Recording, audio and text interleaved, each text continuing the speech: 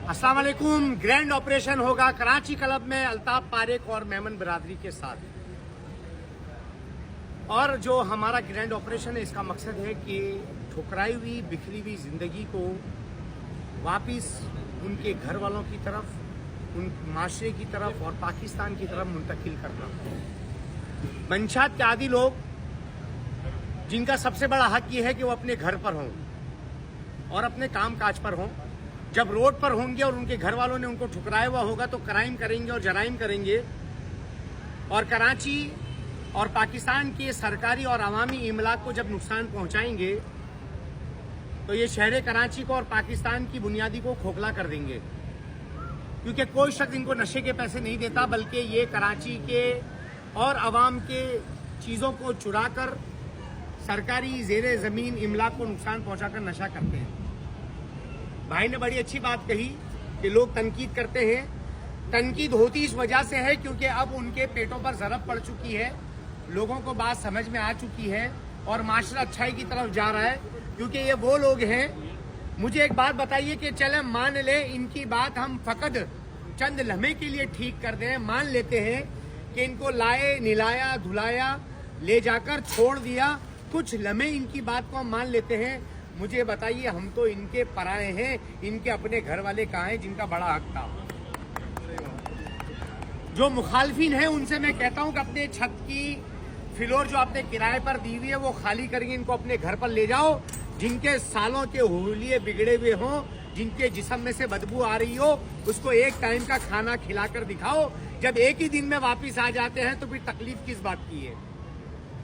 और दूसरी बात यह है कि जब हम इनको लेकर जाते हैं तो इनको छुड़ाने के लिए 3 किस्म के लोग आते हैं। मंशात फरोश, चोरी का माल खरीदने वाले कबाड़िए और उनके सहूलतकार जो इनसे क्राइम करवाते हैं। अहदी एक फाउंडेशन है, सिंध पुलिस का पूरा ताउन शामिल है। सिंध गवर्नमेंट ने अभी हमें कोई रिहैब बनाकर नहीं दिया, एक फाउंडेशन है। कराची के अंदर पुलिस के साथ जब हम इनको उठाकर एक अच्छी जिंदगी की तरफ मुंतकिल करते हैं तो पाकिस्तान के और नौजवान नस्ल के दुश्मनों की चीखें निकलती हैं और मुखालफत शुरू हो जाती है। मंशात फरोश अपने कारिंदों के जरिए हमारे खिलाफ वीडियो बनाते हैं। मुखालफत से मेरी शख्सियत निखरती है क्योंकि मैं अपने मुखालफिन की बड़ी कदर करता हूं। मुझे कोई फर्क नहीं पड़ता क्योंकि खिलाड़ी खेलते हैं और तमाशा शोर करते हैं। तुम अपनी जलन बरकरार रखना, हम अपने जलवे बरकरार रखेंगे और जो बराबरी नहीं करेगा वो बुराई करेगा। ये ग्रैंड ऑपरेशन कब शुरू किया था? 3 साल हो गए, 1100 दिन हो चुके हैं। रोजाना की बुनियाद पर ठीक करने की कोशिश है। एक दिन के अंदर कोई ग्रैंड ऑपरेशन की मकबूलियत नहीं है।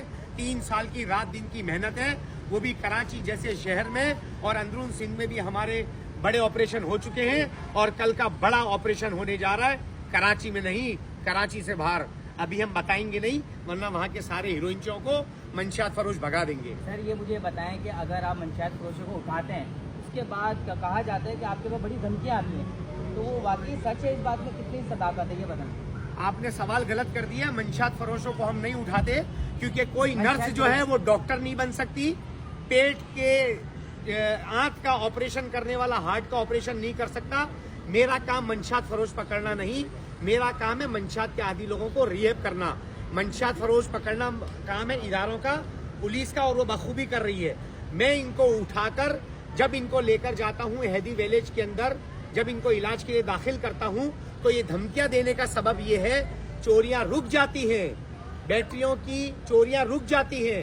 गाड़ी के अंदर एक ड्राइवर बैठा है, वो सलफ लगा रहा है लेकिन स्टार्ट नहीं हो रही है क्योंकि बैटरी नहीं है।